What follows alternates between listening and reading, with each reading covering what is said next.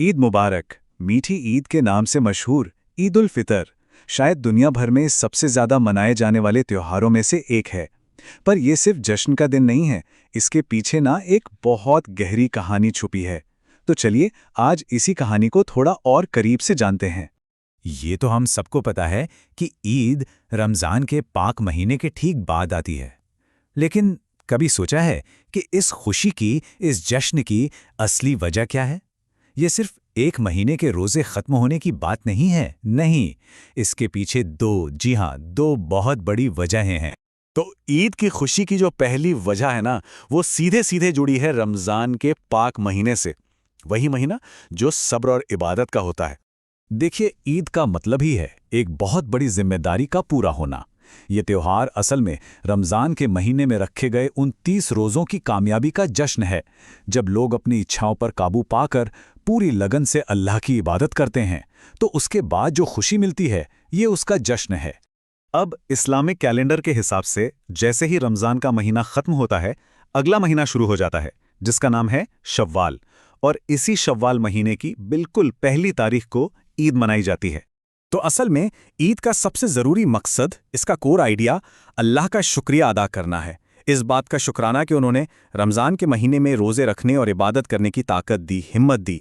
चलिए अब आते हैं उस दूसरी बड़ी वजह पर, और ये वजह ये हमें सीधा इतिहास में ले जाती है।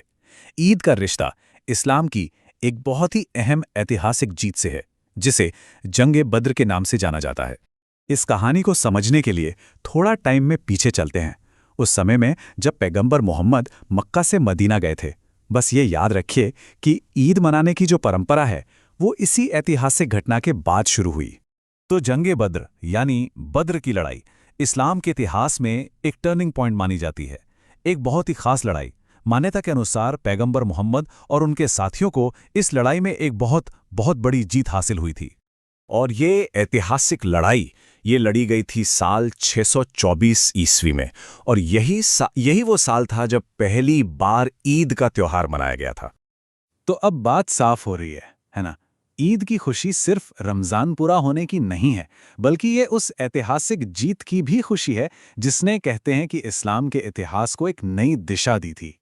लेकिन ईद सिर्फ जश्न नहीं है, ये कुछ बहुत गहरे वैल्यूज़ यानी मूल्यों और संदेशों का भी त्योहार है। ईद से हमें कई ज़रूरी बातें सीखने को मिलती हैं, जैसे अल्लाह का शुक्रगुजार होना, आपस में भाईचारा रखना, त्याग की भावना, और हाँ, मिलकर खुशियाँ मनाना। तो अब इन दोनों वजहों को, यानी इबादत और जीत, इनको जोड़कर देखते हैं कि आखिर पहली ईद कैसे और क्यों मनाई गई थी। ये कह सकते हैं कि इबादत और इतिहास का एक खूबसूरत संगम था। देखिए, इसको समझना बहुत आसान है। एक तरफ रमज़ान के 30 रोज़े पूरे हुए, और ठीक उसी समय दूसरी तरफ जंगे बद्र में एक बड़ी जीत मिली। बस इन्हीं दोनों खुशियों को मिलाकर पहली बार ईद मनाई गई। सोचिए, जब ये दोहरी खुशी मिली तो पैगंबर मोहम्मद ने सबको एक साथ इकट्ठा किया और पहली बार ईद की नमाज अदा की, और फिर सबने साथ मिलकर जश्न मनाया, और बस यहीं से इस खूबसूरत परंपरा की शुरुआत हो गई। और हाँ, जो बात इस त्योहार को मीठी ईद बनाती है, उसकी शुरुआत भी यहीं से हुई। ऐसा कहते हैं कि इस बड़ी जीत के बाद पैगंबर ने लोगों का मुंह मीठा कराया था, और तभी से ईद पर मीठा बांटने का, सिवैयां खाने खिलाने का रिवाज बन गया। तो अगली बार जब ईद का जश्न हो तो इस पर ज़रूर सोचना कि ये त्योहार सिर्फ नए कपड़े पहनने और सिवैयां खाने का दिन नहीं है, बल्कि ये उस जीत और उस शुक्राने की याद दिलाता है जो सदियों से चली आ रही है। सोचने वाली बात है ना?